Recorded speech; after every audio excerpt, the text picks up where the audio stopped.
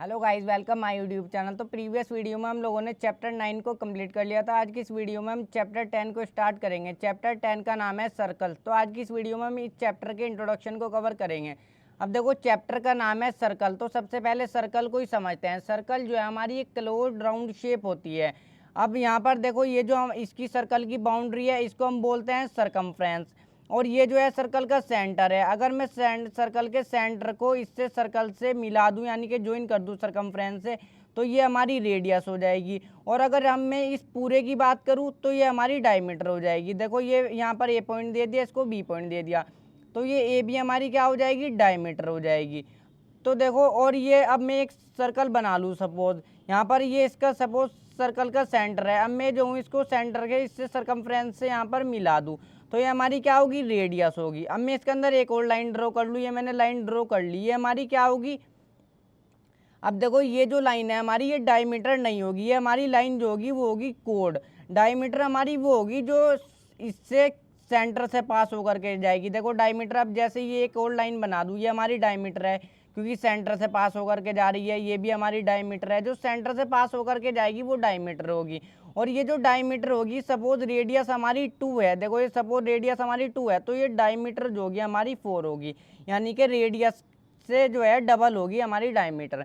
अब देखो, ये सब चीज़ें तो आप जानते ही होंगे, क्लास 9 में आपने पढ़ी होगी। इसकी टॉपिक की तरफ बढ़ते हैं। ये क्या है हमारा, circles and a line. Circle और लाइन के बीच के रिलेशनशिप को अब हम पढ़ेंगे।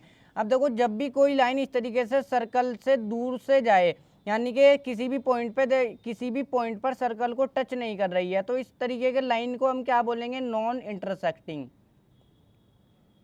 Non intersecting. जब भी कोई लाइन देखो सर्कल से टच नहीं करेगी, ऐसे दूर से चली जाएगी, उसको हम बोलेंगे नॉन इंटरसेक्टिंग। और जब भी कोई लाइन सर्कल को जो है कट करेगी, देखो ये लाइन जो है इसको सर्कल को कट कर रही है, तो इस तरीके की लाइन को हम क्या बोलेंगे, इस तरीके की लाइन को हम बोलेंगे सीकेंट। और देखो, अब ये वाला जो थर्ड केस है थोड़ा सा इंपॉर्टेंट है, इसको ध्यान से समझो। जब भी सर्कल से कोई एक देखो सर्कल पर जो है एक पॉइंट पर टच करेगी, यानी कि ये सरकमफ्रेंस है, सरकमफ्रेंस से टच करेगी, यानी कि आउटर बाउंड्री पर कोई लाइन इसको सर्कल को टच करेगी एक पॉइंट पर, तो उस लाइन को हम बोलते हैं टेंजेंट। अब देखो, टेंजेंट से रिलेटेड कुछ इंपॉर्टेंट केस है, वो देखो। ये सर्कल पर जो है एक सिंगल पॉइंट से जो है हम एक ही टेंजेंट ड्रॉ कर सकते हैं। सबसे पहला नंबर, फर्स्ट पॉइंट तो यही हो गया। 3 पॉइंट मैं आपको समझाऊंगा। फर्स्ट पॉइंट क्या है, देखो सर्कल पर जो है हम एक पॉइंट से एक ही टेंजेंट ड्रॉ कर सकते हैं। एक पॉइंट से हम एक से ज़्यादा टेंजेंट ड्रॉ नहीं कर सकते। अब देखो, ये हो गया। जब भी सर्कल के अंदर हमारा कोई पॉइंट होगा तो उससे हम कोई भी टेंजेंट ड्रॉ नहीं कर सकते। देखो, सर्कल के अंदर कोई पॉइंट होगा, यहाँ पर होगा, यहाँ पर होगा, तो सर्कल के अंदर कोई पॉइंट होगा तो उससे हम एक भी टेंजेंट ड्रॉ नहीं कर सकते।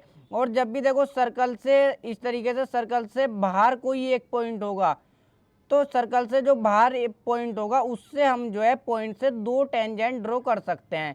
थर्ड केस हमारा ये है। देखो, 2 टेंजेंट किस तरीके से ड्रॉ कर सकते हैं, एक टेंजेंट तो मैं इस तरीके से ड्रॉ कर सकता हूँ, देखो, और एक टेंजेंट मैं इस तरीके से ड्रॉ कर सकता हूँ। देखो, जब भी सर्कल देखो सर्कल पर पॉइंट होगा तो उससे हम सिर्फ एक टेंजेंट ड्रॉ कर सकते हैं। सर्कल के अंदर पॉइंट होगा तो हम उससे एक भी टेंजेंट नहीं ड्रॉ कर सकते। और सर्कल के बाहर कोई पॉइंट होगा तो उससे हम 2 टेंजेंट ड्रॉ कर सकते हैं। टेंजेंट हमारी वो होती है जो सर्कल पर जो है एक पॉइंट पर टच करती है। देखो, यहाँ पर सिंगल पॉइंट पर जो है ये टच करती है, और एक पॉइंट से हम एक ही टेंजेंट को ड्रॉ कर सकते हैं। अब देखो, आगे बढ़ते हैं। कुछ पॉइंट और समझो इंपॉर्टेंट। अब यहाँ पर देखो, मैंने ये जो है 3 क्वेश्चन है, इनके मैंने आंसर हिंदी में लिखे हैं, हिंदी और इंग्लिश में, ताकि अच्छे से समझ में आए। कॉन्सेप्ट है मेन समझना। अब देखो, इसको देखो, फर्स्ट पॉइंट को, सर्कल पर किसी एक पॉइंट से एक ही टेंजेंट ड्रॉ कर सकते हैं, जैसा कि मैंने आपको बता दिया। सपोज ये एक पॉइंट है सर्कल पर, तो इस पॉइंट से जो है हम एक ही टेंजेंट ड्रॉ कर सकते हैं। तो ये तो आप समझ गए। अब देखो सेकंड पॉइंट को, किसी एक सर्कल पर एक दूसरे के कितनी टेंजेंट पैरेलल हो सकती है, यानी कि एक सर्कल पर जो है कितनी टेंजेंट एक दूसरे के पैरेलल हो सकती है। इसका आंसर है 2 टेंजेंट कैन बी पैरेलल, यानी किसी एक सर्कल पर 2 टेंजेंट एक दूसरे के पैरेलल हो सकती है। यहाँ पर मैं एक टेंजेंट और बना सकता हूँ इस तरीके से। देखो, इस पॉइंट को भी ध्यान से समझो। किसी भी एक सर्कल पर जो है देखो 2 टेंजेंट एक दूसरे के पैरेलल हो सकती है। देखो, ये दोनों टेंजेंट एक दूसरे के पैरेलल होगी, और सिर्फ 2 ही टेंजेंट एक दूसरे के पैरेलल होगी एक सर्कल पर। अब थर्ड पॉइंट को देखो, थर्ड पॉइंट के अंदर हमें क्या बोला है, सर्कल पर सेकंड के पैरेलल हम दो टेंजेंट ड्रॉ कर सकते हैं। यहाँ पर ये मैंने डायरेक्ट आंसर लिखा है। सपोज इसके अंदर में एक सेकंड लाइन बना लूँ, ये मेरी सेकंड लाइन है। मैंने आपको बता दिया सेकंड लाइन वो होगी जो सर्कल को जो है कट करेगी, ये लाइन सर्कल को कट कर रही है। अब इस सेकंड लाइन के जो है देखो, इस सेकंड के पैरेलल हम दो टेंजेंट ड्रॉ कर सकते हैं। इस सेकंड के देखो एक टेंजेंट तो इस तरीके से ड्रॉ कर लूँगा मैं इस सेकंड के, और मैं एक और टेंजेंट ड्रॉ कर सकता हूँ इस सेकंड के। देखो यहाँ पर ध्यान से समझो, ये हमारी सेकंड लाइन है और इस सेकंड के पैरेलल हम जो है दो टेंजेंट ड्रॉ कर सकते हैं। मैंने यहाँ पर आपको ड्रॉ भी करके दिखा दी। ये वाली लाइन भी इसके सेकंड के पैरेलल है और ये वाली लाइन भी, यानी कि ये वाली टेंजेंट भी इसके सेकंड के पैरेलल है। अब इसके अंदर एक दो कॉन्सेप्ट और रहेगा छोटे छोटे, उसको भी हम समझते हैं, उसके बाद ही हमारा इंट्रोडक्शन कंप्लीट हो जाएगा। अब देखो ये सर्कल का जो है सेंटर पॉइंट है और ये जो है हमारी रेडियस है। देखो रेडियस यहाँ पर जो है, यहाँ पर टेंजेंट भी बनाता हूँ हमारी। अब देखो ये जो हमारी यहाँ पर रेडियस होती है, ये इसके टेंजेंट के साथ जो है 90 डिग्री का एंगल बनाती है। यहाँ पर मैं इसको ए बी नाम रख देता हूँ और इसको पी नाम दे दूँगा और इसको ओ नाम दे दूँगा। यहाँ पर दोबारा से समझो मैंने क्या बताया, ये जो हमारी रेडियस होती है ये हमारी देखो टेंजेंट लाइन है, सर्कल से टच होकर के जा रही है यहाँ पर सरकमफ्रेंस से। तो ये जो हमारी टेंजेंट है हमारी रेडियस है, जो हमारी रेडियस होती है वो इस पर जो है टेंजेंट पर 90 डिग्री का एंगल बनाती है। ये मैंने आपको बताया है यहाँ पर।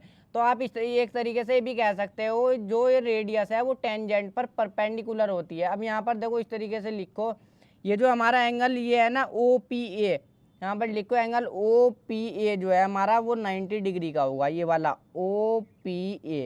देखो मैंने बताया भी एंगल की बात हो रही है, मेन बीच वाला एंगल होता है, तो यानी कि ये P देखो 90 और OPB भी हमारा 90 डिग्री का होगा। यहाँ पर लिखो एंगल OPB, ये भी 90 डिग्री का होगा।